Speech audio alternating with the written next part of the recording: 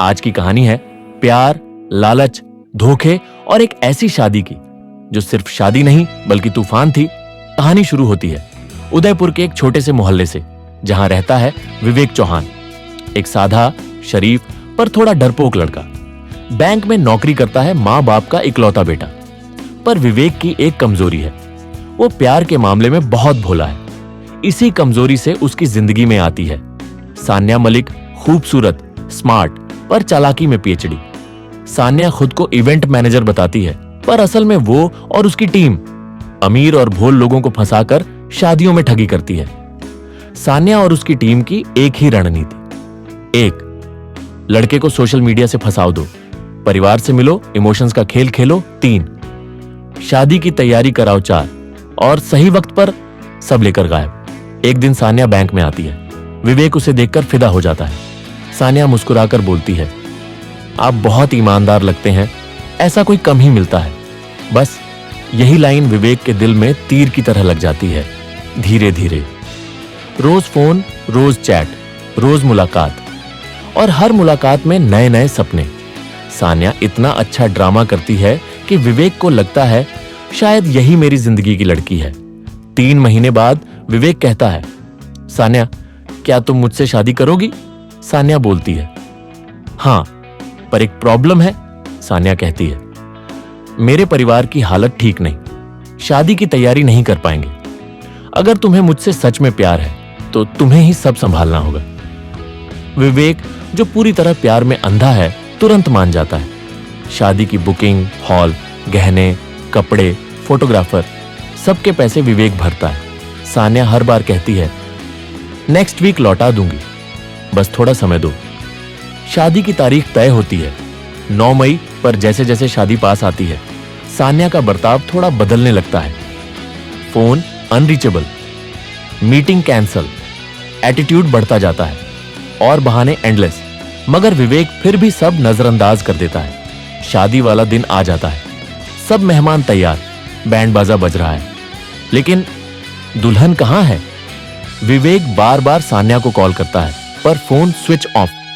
इधर परिवार वाले परेशान। विवेक की मां रो रही है, पिता शर्म से सर झुकाए बैठे हैं। शाम 7 बजे जब सब जा रहे होते हैं, सान्या की एक वॉइस मैसेज आती है, सॉरी विवेक, मैं नहीं आ सकती, मुझे मजबूरी है, मत ढूंढना। बस एक छोटा सा मैसेज और विवेक की दुनिया बिखर जाती है। 2 दिन बाद एक अननोन नंबर से कॉल आता है, क्या आप विवेक हैं? मैं सान्या का चाचा बोल रहा हूं। विवेक दौड़कर मिलने जाता है। वहां पता चलता है सान्या का न कोई परिवार है न चाचा। वो कॉल जालसाजी गैंग का हिस्सा था। असल में सान्या की टीम उसे शहर शहर ले जाकर फिशिंग और मैरिज फ्रॉड कराती थी।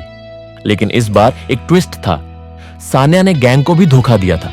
वो अकेली पैसे लेकर गायब हो चुकी थी। मतलब विवेक ठगा गया, गैंग ठगा गया, और अब दोनों उसे ढूंढ रहे थे। सान्या का गैंग विवेक के घर पहुंच जाता है। गैंग का सरदार राकेश हवाला एक खतरनाक चालाक आदमी था। राकेश, लइका लेकिन तेहरा संगे लुकाइल बाका, हमनी के 15 लाख रुपया लेके भाग गइल बिया। विवेक, मुझे नहीं पता वो कहां है। लेकिन गैंग को यकीन नहीं था।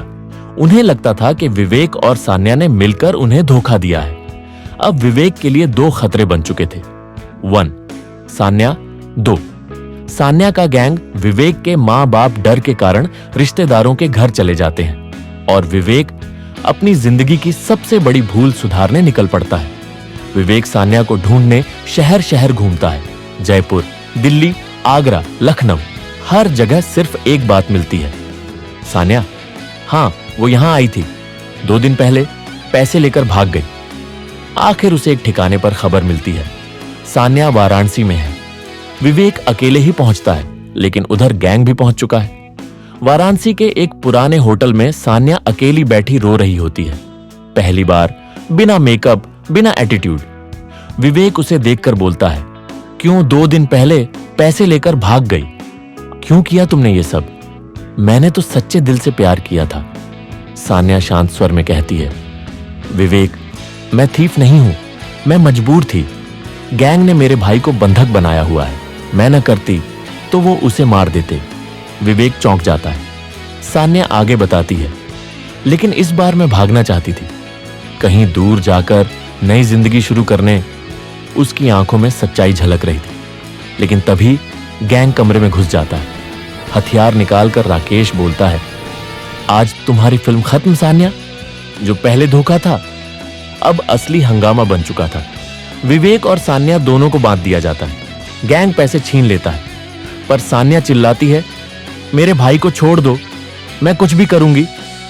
राकेश हंसते हुए बोलता है, अब देर हो चुकी है। इसी बीच पुलिस की सायरन की आवाज आती है। असल में विवेक ने होटल में घुसते समय चुपके से पुलिस को लोकेशन भेज दी थी। गैंग भागने की कोशिश करता है, लेकिन पुलिस चारों तरफ से घेर लेती है। थोड़ी झड़प के बाद गैंग पकड़ा जाता है। सान्या का भाई भी आजाद हो जाता है। पुलिस स्टेशन में विवेक और सान्या आमने सामने बैठते हैं। सान्या धीरे से कहती है, मैं तुमसे माफी नहीं मांगूंगी, क्योंकि तुम्हें उससे ज्यादा हक चाहिए। सच्चाई, मैंने धोखा दिया, लेकिन पहली बार मुझे किसी ने सच्चा प्यार दिया और वो तुम थे। विवेक कुछ नहीं बोलता। अगले दिन कोर्ट में सान्या खुद को पुलिस के हवाले कर देती है। मैं अपनी सजा खुद काटूंगी, लेकिन एक दिन अगर किस्मत ने मौका दिया तो मैं फिर तुम्हारे सामने आऊंगी, एक सच्ची इंसान बनकर। विवेक उसे जाते हुए देखता रहता है। कहानी खत्म नहीं होती, बस रुक जाती है, एक उम्मीद के साथ।